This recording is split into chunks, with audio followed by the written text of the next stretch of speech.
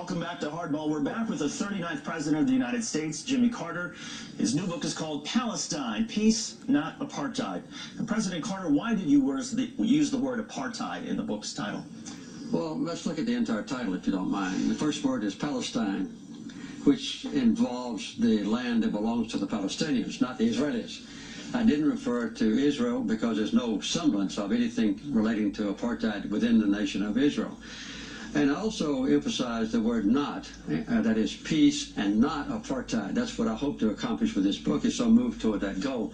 But there's no doubt that within the occupied territories, Palestinian land, that there is a horrendous example of apartheid. The occupation of Palestinian land, the confiscation of that land that doesn't belong to Israel, the building of settlements on it, the colonization of that land, and then the connection of those isolated but multiple settlements, more than 200 of them, with each other by highways on which Palestinians can't travel, and quite often where Palestinians cannot even cross. So the persecution of the Palestinians now under the occupied territories is under the occupation forces is one of the worst examples of human rights deprivation that I know. And I think even worse though than a place like Rwanda.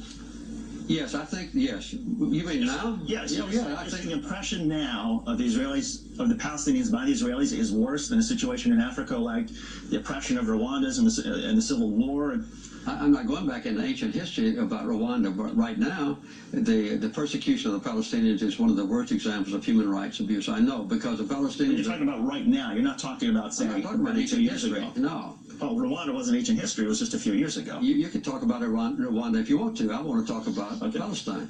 What is being done to the Palestinians now is horrendous in their own territory by the occupying powers, which is Israel. They've taken away all the basic human rights of the Palestinians, as was done in South Africa against the blacks. And I make it very plain in this book that the apartheid is not based on racism, as it was in South Africa, but it's based on the desire of a minority of Israelis to acquire land that belongs to the Palestinians and to retain that land, and then to exclude the Palestinians from their own property and subjugate them so that they can't arouse and demonstrate their disapproval of being robbed of their own property. That's what's happening in the West Bank. And the people in this country, in America, never know about this. They never discuss this. There's no debate about it. There's no criticism of Israel in this country. And in Israel, there is an intense debate about the issues in this book. In this country, no. I agree. I mean, I wish we had that sort of debate that they're having in Israel. I wish we had that in the United States. But give us a sort of sense, how much of the responsibility for the conflict, the Israeli-Palestinian conflict, do you think belongs to the Israelis for their tactics like seizing land and occupying territory that didn't belong to them? How much of it is the responsibility of the Palestinians for their suicide terror attacks and their bombings within Israel proper? Well, as a matter of fact, the basic cause of the conflict is a sustained occupation of other people's land by the Israelis. And this is a direct violation of United Nations resolutions. It's a direct violation of the International Quartet's roadmap. It's a direct violation of the commitments that leaders of Israel have made in the past at Camp David when I was president and in Oslo, promising that Israel would withdraw from occupied territories. They have failed to do so. In response to that, and I'm not excusing them, there have been acts of violence. As a matter of fact, though, Hamas, the number one accused persons of violence, have not committed an act of suicide bombing that caused an Israeli life now since August of 2004.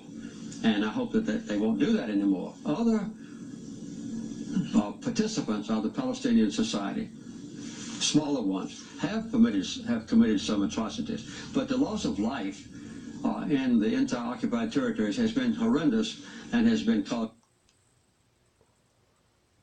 Like, share, and subscribe. Let people know about this. People don't understand how that worked out, do they? How they got Israel in World War II. Many people don't understand a lot of things about the Jews. Yet they have the Bible and Book of Control too, don't they? They seem to be immune to everything that other people are not. for some reason. We're all goyim to them.